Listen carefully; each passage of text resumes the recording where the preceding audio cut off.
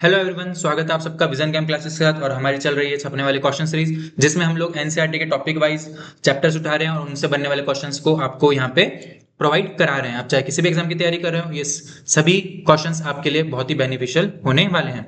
तो इसी सीरीज में हम लोग आज करने वाले हैं मॉड्यूल सेकेंड।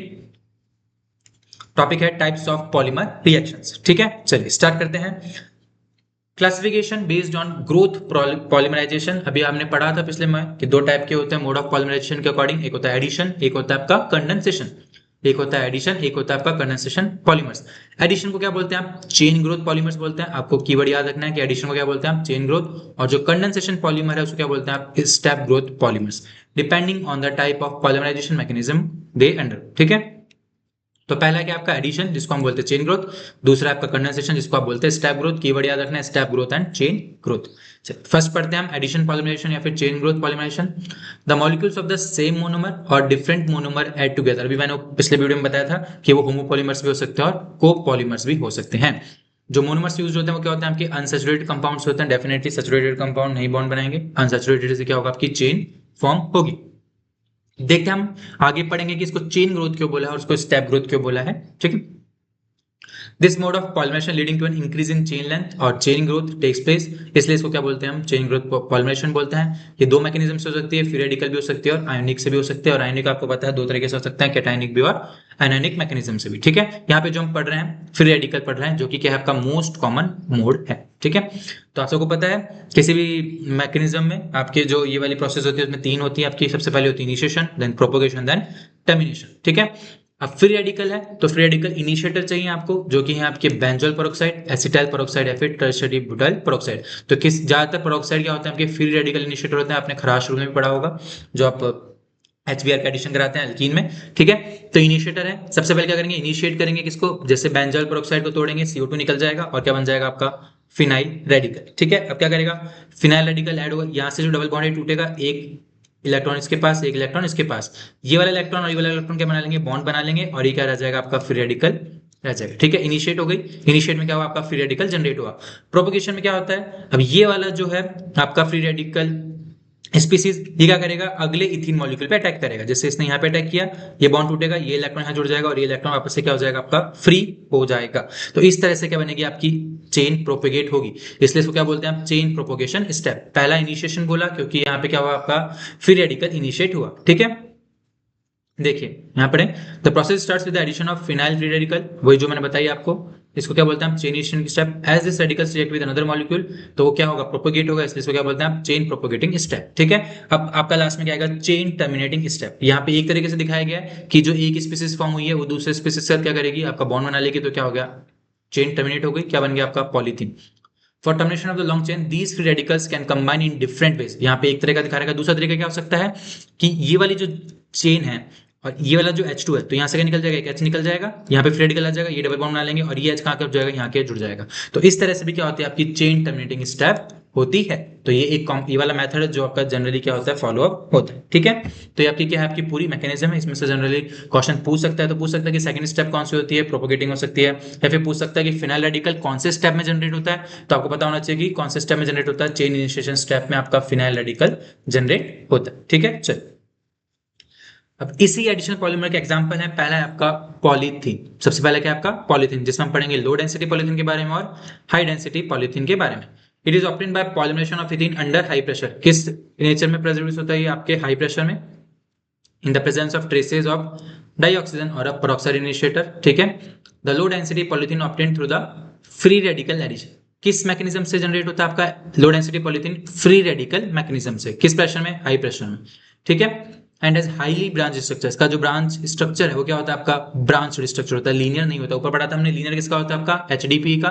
और जो लो LDP का क्या होता है आपका? Branch structure. ये तीन कीवर्ड्स आपको याद रखना है। ठीक है, चौथा याद रखना है आपको, ये केमिकली इनर्ट होते हैं, टफ होते हैं बट फ्लेक्सिबल, और क्या होते हैं साथ में? Poor conductor of electricity. समझ में आ रहा है आपको कैसे पढ़नी है आपको एनसीईआरटी? कीवर्ड्स आपको याद रखने हैं। पहला हो गया प्रोड्यूस अंडर हाई प्रेशर। दूसरा हो गया it is produce by free radical mechanism. तीसरा हो गया it has highly branch structure. चौथा हो गया इट इज केमिकली इनर्ट। पांचवा हो गया it is poor conductor of electricity. ठीक है, next it is use in the insulation of electric environment. ठीक है, जनरली इंपॉर्टेंट नहीं है, ये 5 कीवर्ड्स आपको याद रखने हैं किसके बारे में, आपके एलडीपी के बारे में। इसमें स्टेटमेंट बेस्ड क्वेश्चन भी आ सकता है कि कौन सा इनकरेक्ट है। ठीक है, चलिए नेक्स्ट देखिए हम HDP. It is form when addition formation of ethene takes in a hydrocarbon solvent. किस कॉलम में यूज होता है आपका हाइड्रोकार्बन सॉल्वेंट में, in the presence of a catalyst such as triethyl aluminium and titanium chloride. इसको हम क्या बोलते हैं, आपका Ziegler Natta catalyst. Very important question, हर एग्जाम पूछा गया है कि जिगलर नाटा कैटलिस्ट क्या होता है, तो आपका क्या होता है ट्राई इथाइल एल्यूमिनियम और टाइटेनियम टेट्राक्लोराइड TiCl4। ठीक है, ये क्या आपका जिगलर नाटा कैटलिस्ट, ये फ्री रेडिकल मैकेनिज्म से होता है। और जो एचडीपी है किसकी वजह से होता है, जिगलर नाटा कैटलिस्ट। और ये कौन सा मैकेनिज्म फॉलो करता है, आपका कोऑर्डिनेशन मैकेनिज्म। इंपॉर्टेंट पॉइंट है, याद रखना है, एनसीईआरटी में नहीं दे रखा है, आपको समझना है कौन सा मैकेनिज्म फॉलो करता है, ये कोऑर्डिनेशन मैकेनिज्म। ठीक है, कंसिस्ट ऑफ लीनियर मॉलिक्यूल्स, याद रखना है कैसी होती है इसकी स्ट्रक्चर, लीनियर होती है। And has a high density, क्या होती है, हाई डेंसिटी होती है ड्यू टू क्लोज पैकिंग। ये भी क्या होता है आपका केमिकली इनर्ट होता है and more tougher and hard. ठीक है, ये सारे पॉइंट्स आपको याद रखना है किसमें, एचडीपीई में। आप यूजेस भी आ सकते हैं, किसमें यूज में आता है, ये बोटल्स पाइप्स में, और ये जो टॉयज बनाने हैं और बोटल्स में कौन आता है, आपका एलडीपीई काम में आता है। ठीक है, नेक्स्ट देखें पॉलीटेट्राफ्लोरोइथीन, जिसको हम क्या बोलते हैं, Teflon.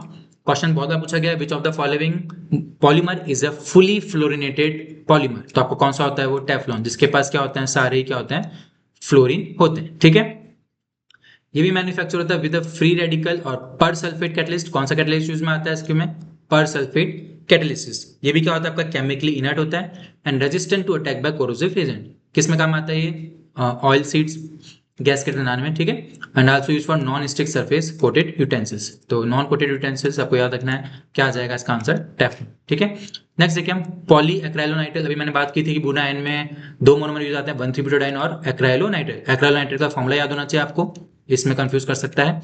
The addition formation of acrylonitrile in presence of a peroxide catalyst leads to the formation of acrylonitrile. ठीक है, स्ट्रक्चर आपको याद रखना। अब देखिए आपने 4 चीज पढ़ी, पॉली एक्राइलोनाइट्राइल पढ़ा, टेफ्लॉन पढ़ा, हाई डेंसिटी पॉलीथीन पढ़ी और लो डेंसिटी पॉलीथीन पढ़ी। इसमें से आपने देखा होगा कि 3 फ्री रेडिकल से बन रहे हैं, एक तो हो गया आपका एलडीपी, एक हो गया टेफ्लॉन और एक हो गया आपका पॉली एक्राइलोनाइट्राइल। लेकिन जो कोऑर्डिनेशन मैकेनिज्म जो जिगलर नाटा कैटलिस्ट फॉलो कर रहा है वो कौन सा आपका एचडीपीई। तो इन चारों में भी कंपेरिजन करके क्वेश्चन पुट हो सकता है। ठीक है, नेक्स्ट देखिए हम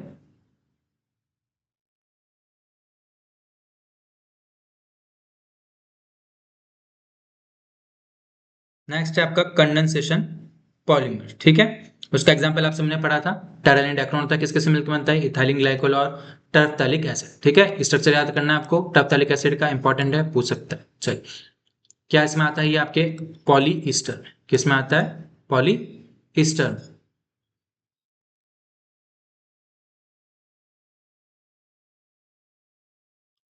देखिए some important condensation polymerization reactions characterized by the linking.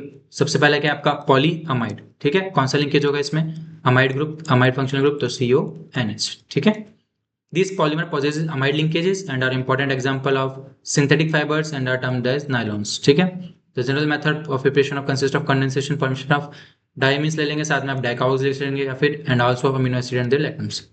सबसे पहले आपका नाइलॉन 66 किस किस से मिलकर बना होता है, आपने सबने पढ़ा है ऊपर, हेक्सामिथिलीन डाइमीन और एडिपिक एसिड। इंपॉर्टेंट है, याद रखना है, किस में काम आता है, शीट फॉर ब्रशेस। ठीक है, इतना इंपॉर्टेंट नहीं है, आपको मोनोमर से याद रखना है। कैप्रोलैक्टम का आपको फॉर्मूला याद रखना है पूरा, क्वेश्चन आ सकता है, कितने कार्बन है इसके पास, 6 कार्बन है, ये भी पूछ सकता है, कितनी मेंबर रिंग है, 7 मेंबर रिंग है। तो ये दोनों चीजें इंपॉर्टेंट है, क्या बन जाएगा आपका नाइलॉन 6। ठीक है, it is obtained by heating caprolactam with water at a high temperature. किसमें काम आता है, it is use for manufacture of tyre cords fabrics and ropes. ठीक है, चलिए नेक्स्ट देखिए हम पॉलीईस्टर्स किस किस से मिलकर बना होता है, डाइकार्बोक्सिलिक एसिड्स और आपके डायोल से, जब यहाँ अभी आपने ऊपर पढ़ा टेरिलीन, इथाइलिन ग्लाइकोल और टर्फथैलिक एसिड। ठीक है, एग्जांपल बेस्ट कौन सा है इसका, डाइक्रोन या फिर टेरिलीन। किसका एग्जांपल है, पॉलिस्टर का क्वेश्चन पूछ सकता है कि इसमें ये पॉलिस्टर है या फिर पॉलीमाइड है। ठीक है, इट इज मैन्युफैक्चर्ड, आपको पढ़ लिया ऊपर, इन the presence of zinc acetate and antimony trioxide catalyst. Important है, कौन सा कैटलिस्ट यूज होता है इसमें, जिंक एसीटेट और एंटीमनी ट्राइऑक्साइड यूज होता है। क्या होता है, ये क्रीज रेजिस्टेंस होता है। ठीक है, किसमें यूज आता है, सेल्फ्टी हेलमेट्स में। तो 3 चीजें रखनी है, पॉलीस्टर है, किस किस से मिलकर बना होता है, टर्फथैलिक एसिड इथाइलिन ग्लाइकोल से, और जो कैटलिस्ट यूज में आता है वो क्या आपका zinc acetate antimony trioxide catalyst use में आता है। Very important. चलिए नेक्स्ट है फिनॉल फॉर्मेल्डिहाइड पॉलीमर। इसमें से क्वेश्चन आया आपकी भी फर्स्ट ग्रेड में नोवोलेक के बारे में, देखते हैं क्या क्वेश्चन था। Phenol formaldehyde polymers are the oldest synthetic polymers. These are obtained by condensation reaction of phenol with formaldehyde in the presence of an either an acid और अ बेस कैटलिस्ट। तो इसमें क्या यूज में आता है, free radical catalyst use में नहीं आता है। कौन कौन से आते हैं आपके, एसिड या फिर बेस। क्या क्या होता है आपके पास, फिनॉल और फॉर्मेल्डिहाइड, ठीक है। The reaction starts with the initial formation of ortho और para hydroxy methyl phenol derivative. सबसे पहले क्या होता है, फिनॉल फॉर्मेल्डिहाइड के साथ रिएक्ट करेगा और क्या बनाएगा आपका, ऑर्थो या फिर पैरा हाइड्रोक्सी मिथाइल फिनॉल। देखिए ये क्या आपका ऑर्थो हाइड्रोक्सी मिथाइल फिनॉल, ये क्या आपका ortho para hydroxy methyl phenol, ठीक है, ये बनाएगा। उसके बाद ये फिर से रिएक्ट करता है किससे, which further react with phenol. Important point है, याद रखना है, आपके आईआईटी जेईई नीट के लेवल में क्वेश्चन पूछ सकता है, सेकंड ग्रेड में नहीं पूछेगा, टीजीटी में पूछ सकता है, आपके जो सेंट्रल लेवल के एग्जाम होते हैं। जो फर्स्ट फॉर्म स्पीसीज है, डेरिवेटिव है, वो वापस किसका रिएक्ट करती है, आपके फिनॉल के साथ, ना ही फॉर्मेल्डिहाइड के साथ रिएक्ट करती है। किसके साथ रिएक्ट करती है, फिनॉल के साथ, to form compounds having ring joint together through CH2 group, ठीक है।